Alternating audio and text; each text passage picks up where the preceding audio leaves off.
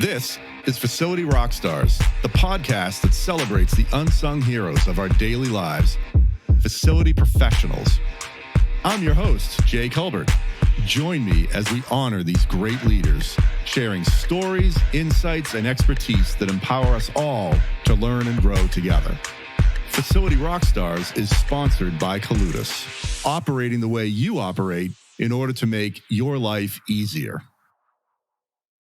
Welcome to Facility Rockstars podcast. I'm Jay Culbert, and I'm super excited to introduce today's guest. He plays a crucial role in keeping aircraft aloft and people safe. He and his company have established themselves as a world leader in aerospace non-destructive testing. He's the CEO of Hansen Aerospace and Engineering. He's the managing director of niche industrials at Phenna Group Holdings. And in addition to that, he has a little bit of free time to do some striper fishing on the North Shore, Massachusetts. Please welcome Eric Diorio to the show. Thanks, Jay. Good to be here. Great to see you. Great to talk with you today. You as well, Eric. Thank you so much for taking the time out to share your experiences with us. Not a problem. So, given your vast experience, multiple positions, and everything you've been through, the biggest question that comes to my mind is, what has been your biggest lesson learned as a business leader? Biggest lesson learned as a business leader. In the industry that I'm currently in, I would definitely say it's safety and preventative maintenance. Especially, coming from a financial background where not much can hurt you besides a keyboard falling off your desk, into an industrial setting. You realize that, a quick mistake can ruin your day, can ruin somebody's life. And machine failure can really hurt a company's productivity, profitability. So first and foremost, making sure your guys are safe. They come to work.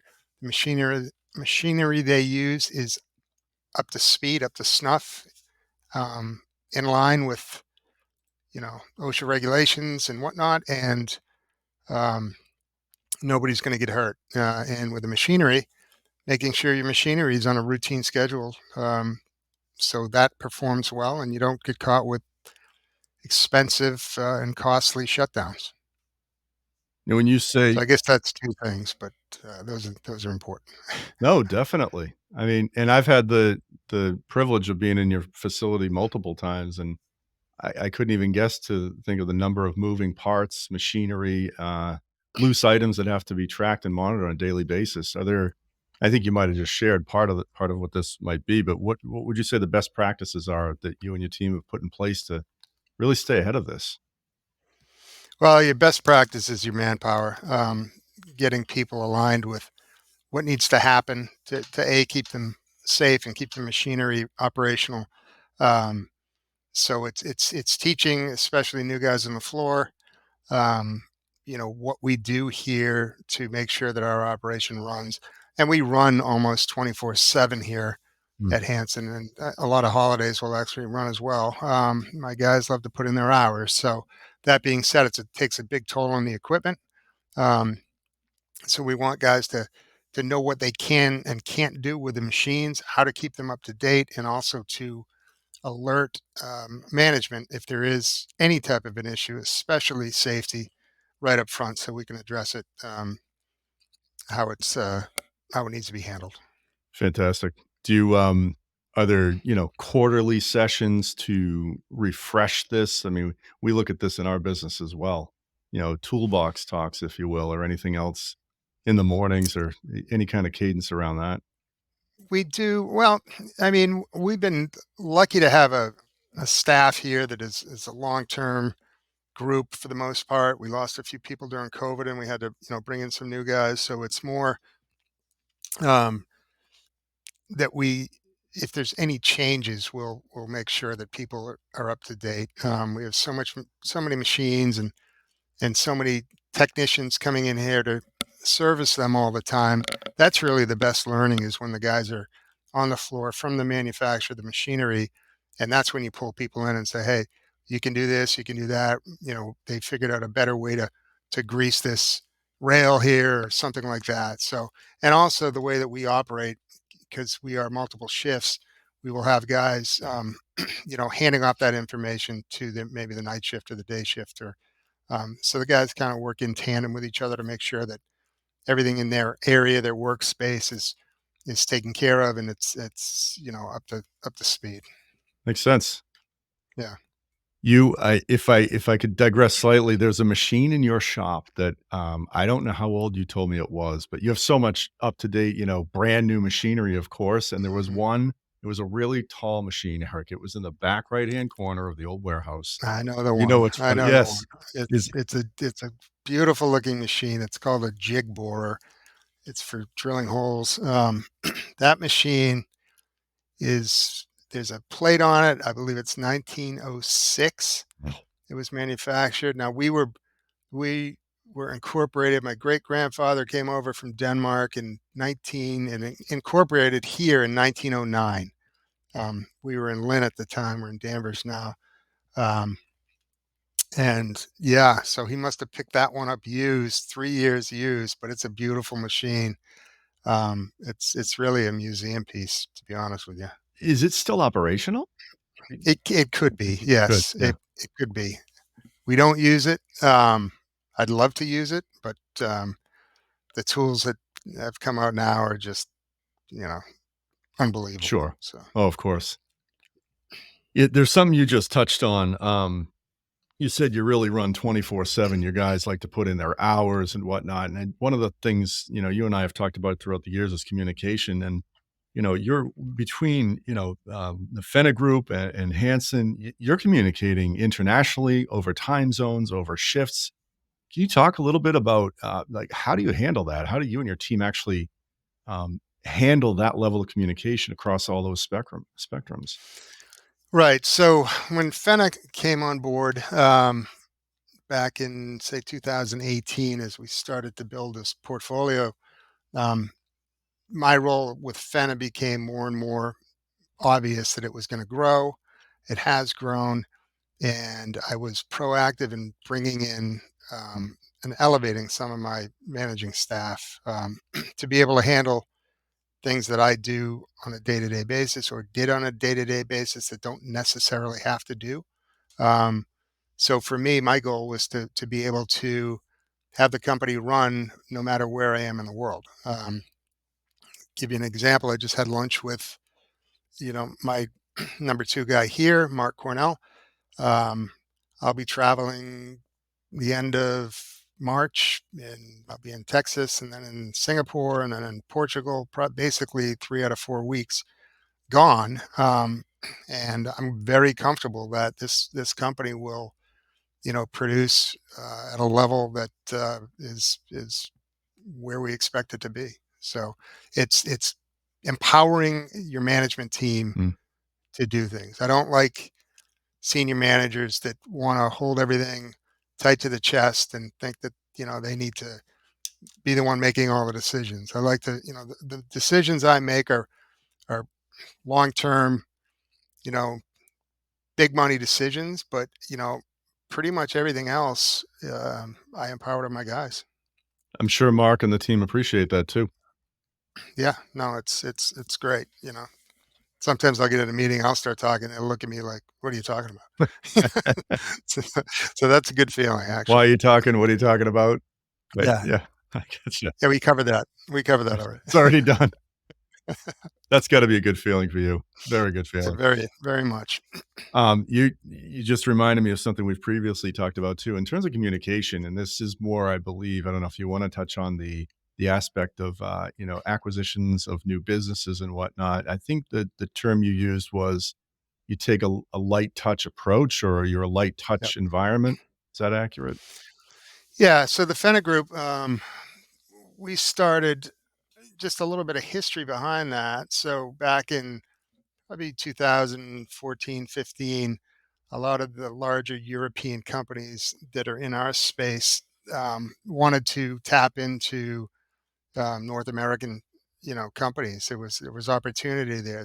The airline market, the jet engine market was growing. The testing market was growing at a great pace, and all of a sudden, the knocks on the door came kind of in rapid fashion. And I was surprised. I thought it would happen earlier, but um, so what from our competitor base was, I won't say mom and pop, but it was small companies built by technical guys who were hands-on originally, Mhm. um, and then grew from there. And so when they started signing deals with, larger companies, you look in the mirror and say, well, wait a minute, these guys are going to have a big pool of money to put their hand in now and buy new equipment and expand. So makes you think like maybe it's time for us to make a move if it makes sense.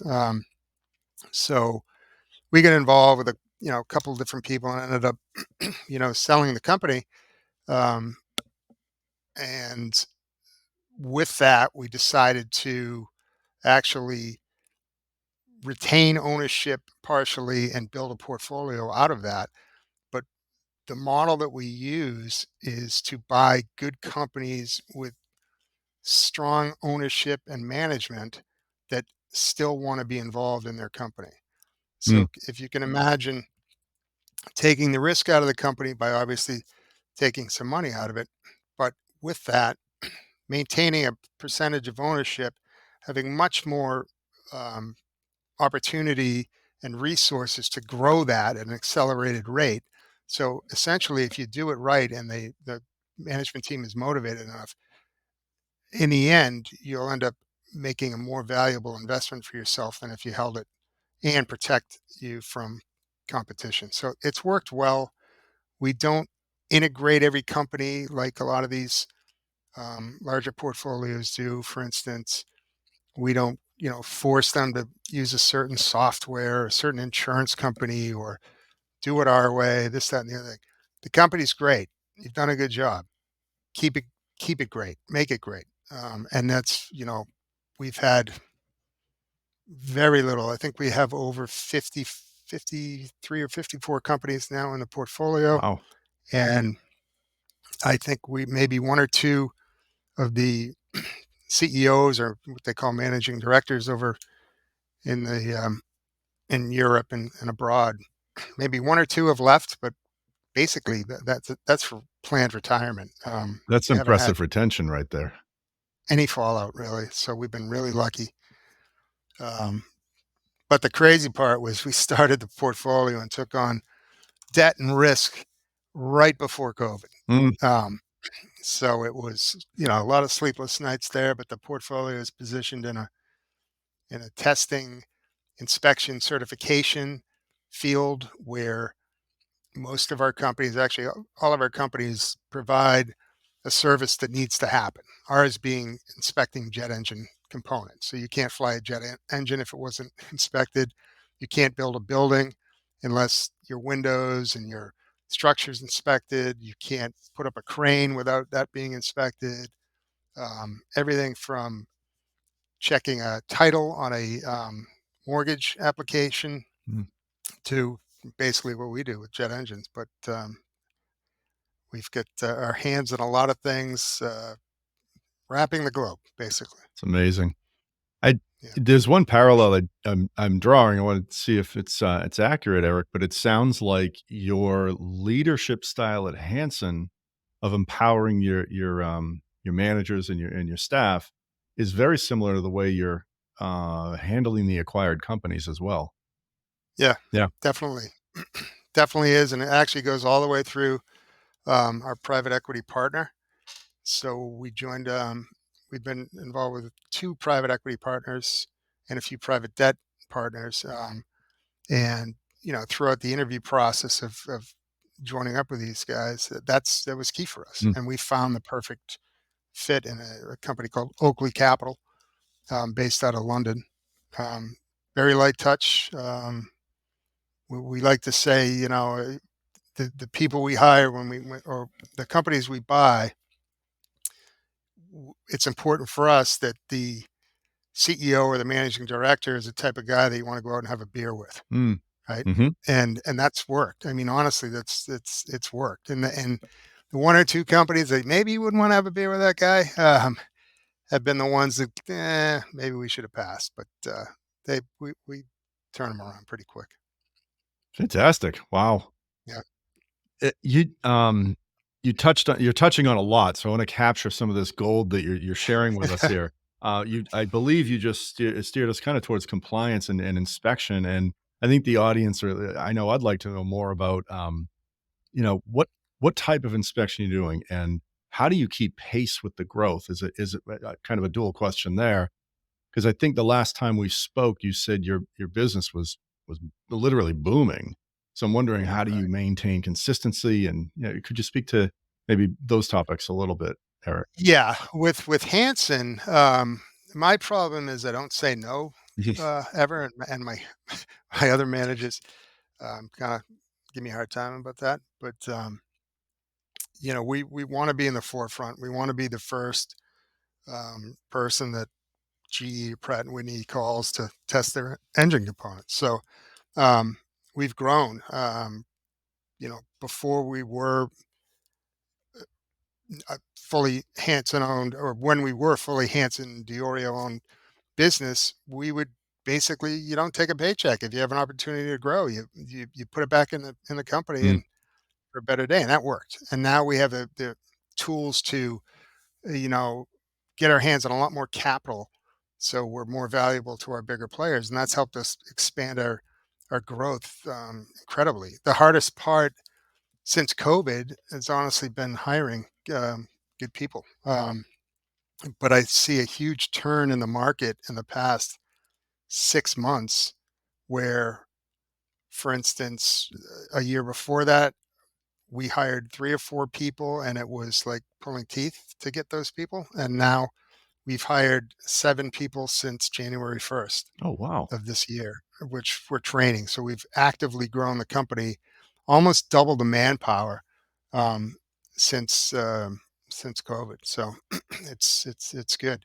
Th- Good Um, thing for your growth. Have you been able to attribute why there are more, either better fit, more candidates?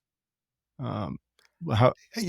Honestly, I don't know. There was this, you know, it's a global problem too because I talked to people from Singapore to Australia to everywhere, and everyone had the same story. I think the U.S. seems to be bouncing back quicker with talent, and I think it's a lot of the incentives that were given out, money that was given out, basically also that aura of the lifestyle of not say working for the man or punching the clock. Mhm. That was this everyone, had an idea that maybe those times are over, but the bottom line is, they're not. And we need manufacturing and we need hands on the floor, and everyone can't just sit at home on a keyboard and get things done. So that's the reality of the world that we live in. And I think that the reality check came back to people and now they're saying, wait a minute, you know, I, I've got to get back on the floor and do something. And that's helped.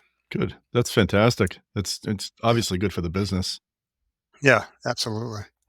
You mentioned inspecting parts, everything from cranes to, mortgage documents, and when you mention the large aerospace manufacturers, what types, are there any themes you see in terms of inspection, or is there any more to discuss there?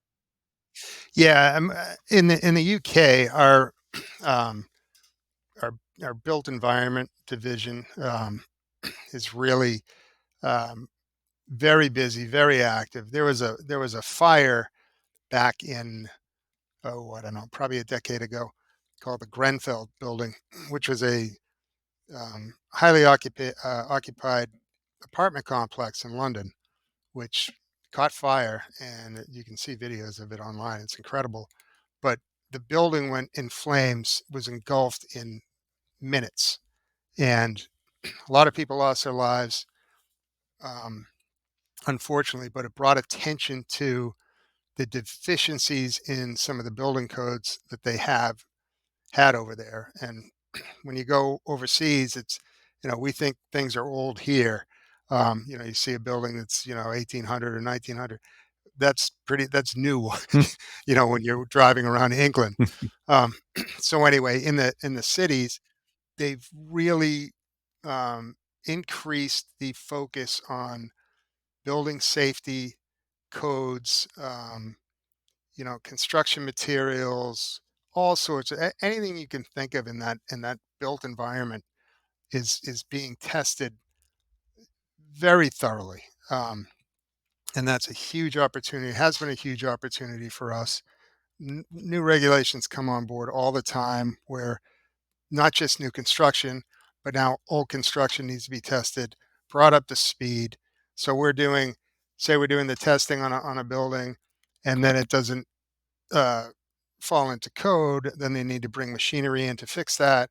Well, we have a company that actually tests the machinery as well to make Mm. sure that, again, your crane, your cables, everything's, you know, ready to go. And that's all certified.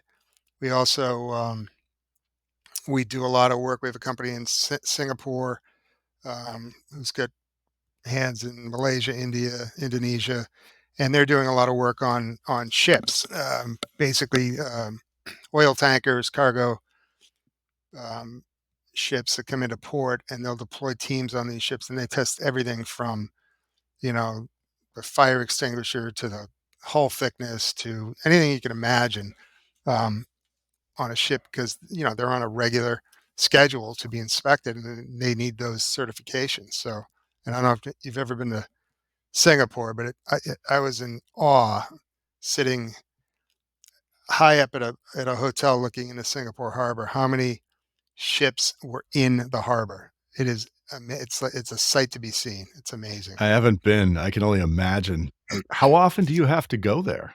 Like, I've been there twice in the past 2 years, and I'm actually before this meeting, I was just booking a trip to go back over there.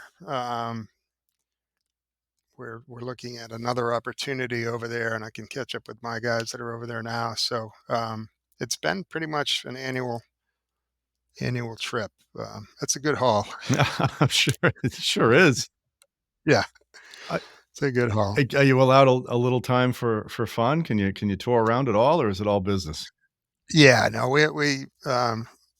myself and our CEO Paul Barry took a trip a couple years ago. We did well, I did London, met him in London. He's from Nottingham, and then we did Singapore and Australia as well in that trip because we've got 8 companies or 9 companies. We just purchased our ninth in Australia. At the time, we only had one. Um, that was just about that was within 2 years. We bought 8 other companies over there. That's a great story there.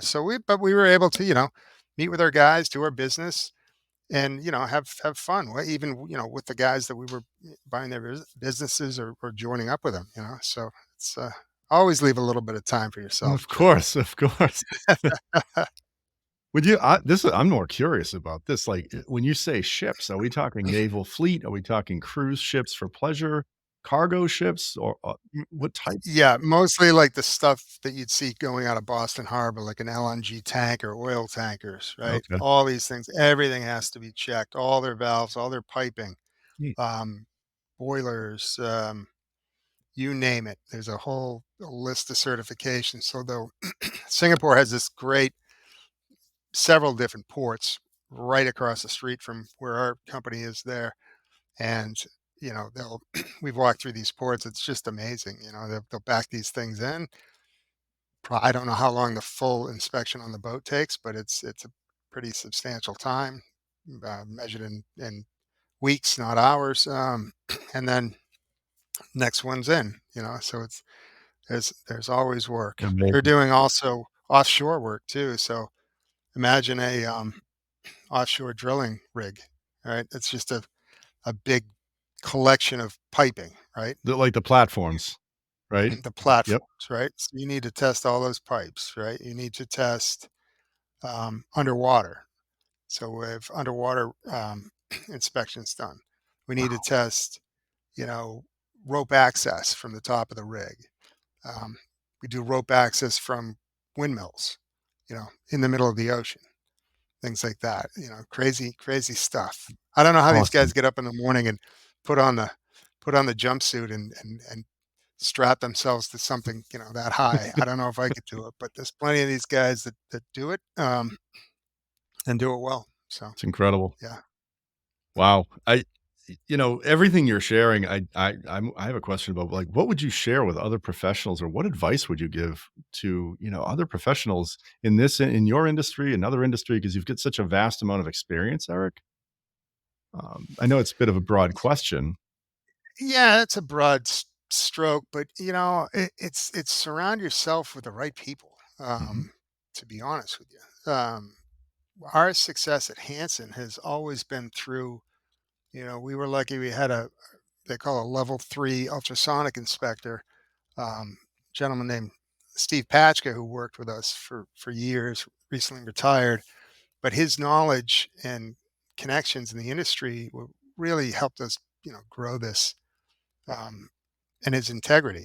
So having somebody like that, Steve's the first person that comes to mind, but just with all these companies, like I said, we buy good companies and we want to know that the management team is there. They're committed to stay. We don't buy, typically we will not buy 100% of a company because we want people to have a vested interest in the growth and the future of the company. Um, but don't try to you know overthink things. Just Mhm. put the right people around you, and good things will happen. Awesome. I know, thank you, Eric. I know one team that never gets a break in your business, and that's certainly your M&A division. At Yeah, least that's what it sounds like to me. yeah, it's crazy. And when we, like I said, we started just before COVID, and our CFO, CEO, and myself were kind of knocking on doors, trying to raise some funds to get this portfolio off the ground back in 2018. And when we finally did, um, you know, these people who really, went out on a limb to help us were like, "Oh boy, now what have we done? It's COVID," Right. So, but our portfolio, we went from, a few companies, handful, 2, 3, 5 companies, to 28 companies throughout the COVID pandemic, and we maintained an EBITDA margin of about 28%, which is basically twice what your normal high-end EBITDA margin would be, period, on Wow. in an industry, at normal times. So we, in my opinion, knocked it out of the park.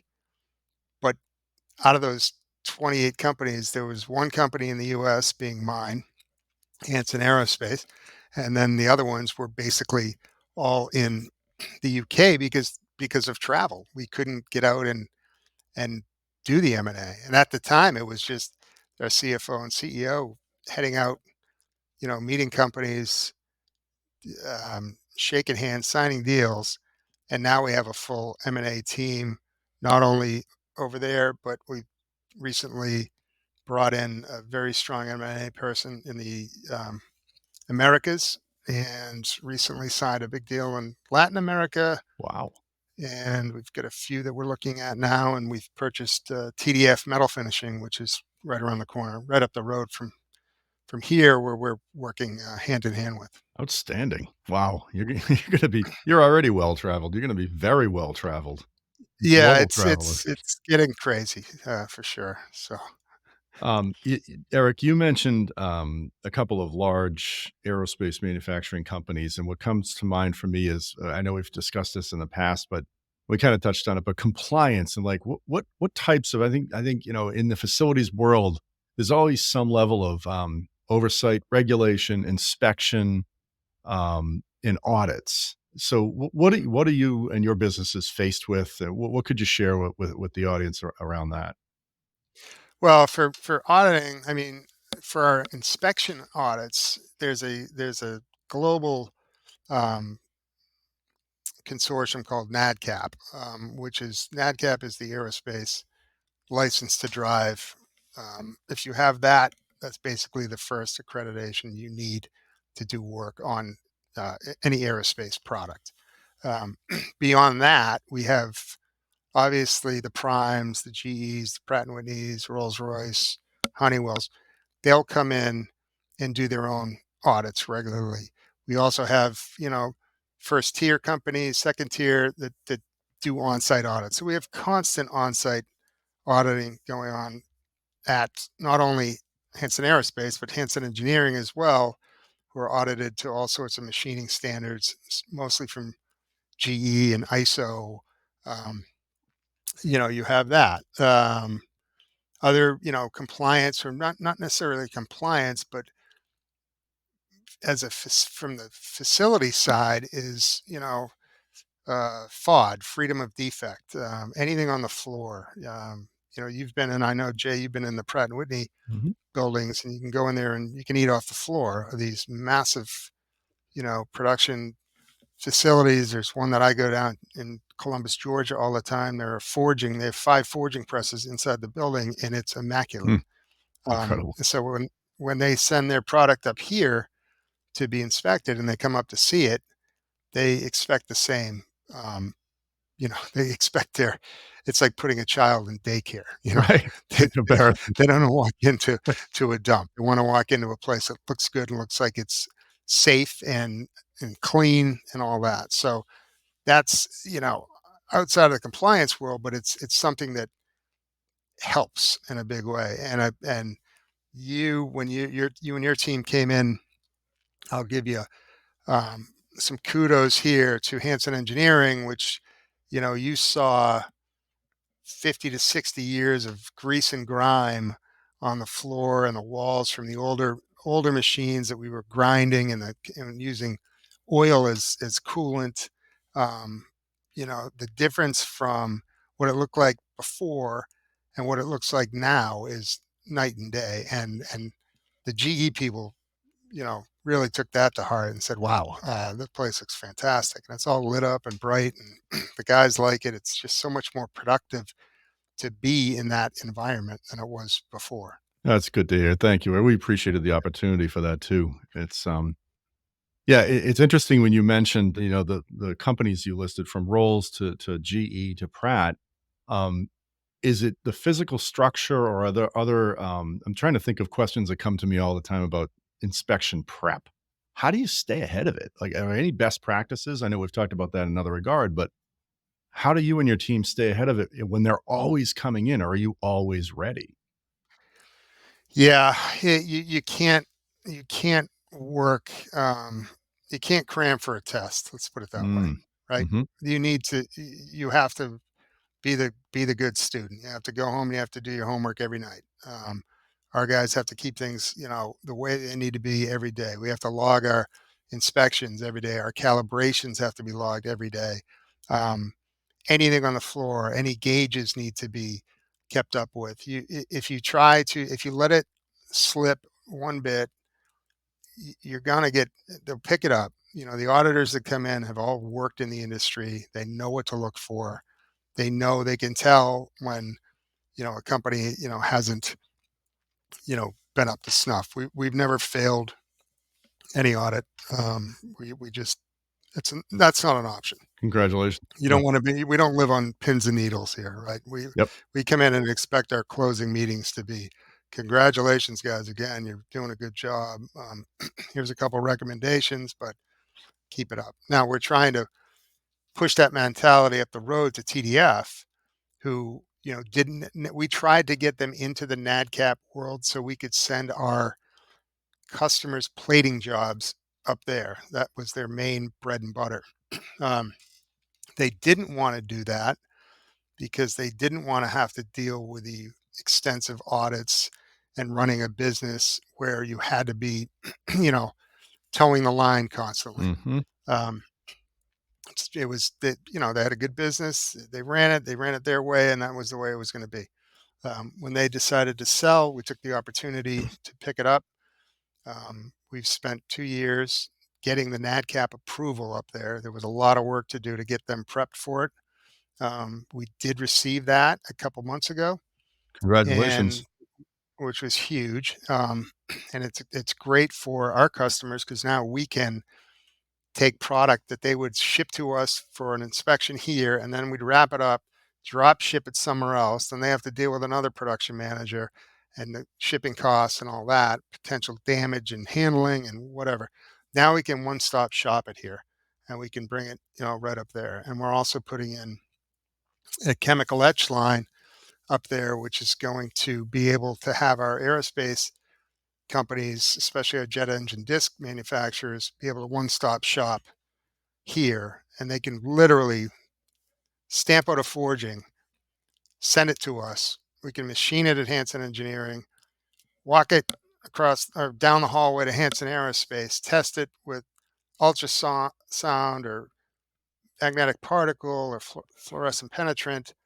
We can check the grain size in our lab here as well to tell them the structure is okay. Then we can bring the part over to TDF, take it to the final process, which would be chemical etch, and then possibly another FPI, and then ship it wherever they need the part. So they're not dealing with, they're trucking the part here and that's it. They don't have to deal with 19 different vendors, losing parts, which we've seen. Um, you know, What a win for your yeah, clients. yeah, Really? it is, and everything in aerospace is it's time. It's like the automotive. You just you can't have delays. Mhm. So um, it's critical that if we can cut off a week of cycle time on their product, it's just huge. You mentioned, Eric, don't overthink things. I think we were talking about M&A when you first mentioned that in our discussion earlier, and that's kind of what I'm hearing in terms of, like, inspection prep and workflow, and just I'm hearing it's your culture, right? Yeah, It's constant readiness, and it's process, and, it just seems if you're always ready, that's just part of your culture is really the biggest thing I'm hearing from you. yeah, it is. We tout ourselves as the best in the business. Most the primes, I believe, do as well. The GEs and the Pratt and Whitneys. Um, what I've really enjoyed seeing is the through the Phenna portfolio, the same type of companies that we're buying. For instance, I oversee a company that is in just outside of Bath, in the UK, um, and they do weld inspection. They're doing a lot of work with a couple. Well, there's a Hinkley Point is a nuclear power project that they're putting on over there now. It's a huge undertaking, and these guys are, you know, working in and out with that project. But they've become the largest weld inspection company in the UK at this point. The reputation is number one in the industry, and it's just a gem to be able to deal with these people. Same with the Singapore company that A Star Testing. That's the name of the company in Singapore. They're just top notch, and it goes throughout not just in my division but all the Fena divisions. Um, just phenomenal leadership, phenomenal history, and work ethic and integrity. Very impressive. Very, and to have it on a global scale is even more impressive, of course. Yeah, It's I think what you just taught all of us about the inspection process is probably a lot of things none of us have ever heard before. Appreciate that. yeah, yeah. And just No, really it's good. well, Eric, we've been learning, from you. So I'd like to say, most of us would like to know a little bit more about you too. So if I could, um, let's have some fun and run the Wayback Machine and say, okay, did the 5-year-old Eric look in the mirror and say to himself, I'm going to be the CEO of an aerospace worldwide company someday? What is that what you said to yourself? No, the 5-year-old Eric was trying not to get in trouble with his dad, who was running a small machining company in Danvers, at the time, or in Lynn at the time. Um, but I was always eager to get into, you know, working in our building with, under my dad. And then so early high school days, I would come in here, I'd work in the summers, and then I realized this is hell. Come home covered in grease because I thought I was going to come in and push some papers around, but no, it's here's a broom, here's a rag, go clean the 2 inches of grease off that machine, which is the size of a house. Um, and by the way, be in my car at by 5:10 a.m. or else. Sure. And I When you're in said, high school, so when I'm in high right? school, yeah, I mean the worst, and even before high school. So my father would wake me up by hitting my foot at the end of the bed. He'd take a shower, and then he'd get dressed and go to the car. Well, I'd, limp on down, jump in the shower, put my clothes on. If it wasn't 5:15, he would leave, and I'd be there. What am I going to do? And I'd call my grandmother. She lived down the street. She was always up, so she'd take me in, and he'd yell at me because I was late for work. I didn't have it 3 years before I got a license, and then eventually my grandmother came in and reminded him whose name was on the side of the building because he married my mother, who's the Hansen. Um, and so that was pretty funny. But anyway, so I worked here for a while, summers and whatnot. And then when I went to college, and then when I got out of college, I wanted to go into finance. So I was like, oh, this is great. I don't smell like machine grease when I get home. I've got market hours I'm dealing with. It's so much better. Working with my friends. I had a lot of friends that we worked together in downtown Boston. So enjoying the scene down there, enjoying the life. It was great. And then the markets kind of turned, and I was going to move down to New York and test my luck down there. And my father came back to me and said, we could really use your help. We're growing. And I don't know why, but I said, okay. And I came back in 2006, beginning of 2006, to learn these companies from a managerial side. And was it mostly taught to you by your father? Is that where you Yeah, my uncle your uncle? mostly. My father ran the machine shop. What happened was we had to spin off Hansen Aerospace because we couldn't test the product that we were actually manufacturing. So we made two companies, and my father and uncle ran them. So my uncle, who recently retired in November, um, had his hands in the testing side of things mostly. But so in 2011, I was CEO of both companies. For 10 years. And then I had to, once we got into the private equity situation, I had to let go of my CEO part of Hansen Engineering, but I'm the chairman of the board now. So Outstanding. Thank you for walking us through that, by the way. And yeah, that's me. That's me in a nutshell. So that's awesome. work hard, play hard type of stuff. It's fantastic, man. And in the free time, as you say, if I can get out on the boat, that's the best place. I've tried to play golf now for, decades. I'm still a golfer, but I just never seem to get any better. Um, As long as you're enjoying it. you know what? I should say that about fishing too, because I don't seem to get any better anyway. Um, You and I both. but I was thinking about it before the call, Jay, and I think I'm gonna have to change my strategy because I can catch fish, but I can't catch bait.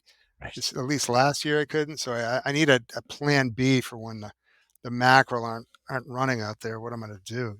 So any tips? I'm I'll let you more than know. happy I'm to hear struggling with 'em. the same thing though. So, it's yeah, and once we find the bait, it's so crowded with boats. Not sure what to Yeah. do, getting yelled at because we're almost running into people. So, Oh yeah. it's a crowded thing out there. I love it when I'm flying, but a lot of times I just run down and jump on by myself, so no one's even watching. So I'll get 5 or 6, bait fish on the line, and like you said, you're about to slam into a bunch of guys that look like they just got home from 10 years at sea, and that's not a good that's not a good place to be. Oh, that's awesome. Eric, I can't thank you enough, man. Like this has been a really it's an awesome walkthrough of you and your company and your journey and your growth. It's awesome. I'm guessing people might wanna know how they can get in touch with you or where could they find you if they wanted to contact you for any reason at all. Yeah, LinkedIn is probably Perfect. the best way. Perfect. So, All yeah. right. Well, thank you again, and thank the audience for listening along with us. If you learned something or laughed, feel free to share it with somebody else. And Eric, we'll talk soon, my friend. Yeah, Jay, thanks a lot for having me. It's been great, and good luck going forward. I'm certainly gonna need you on a few upcoming projects, so I'll be in touch. Thanks so much, Eric. All right, take All care, right, man. appreciate it. Bye bye. Take care. It's a wrap. Another episode of Facility Rockstars is in the books.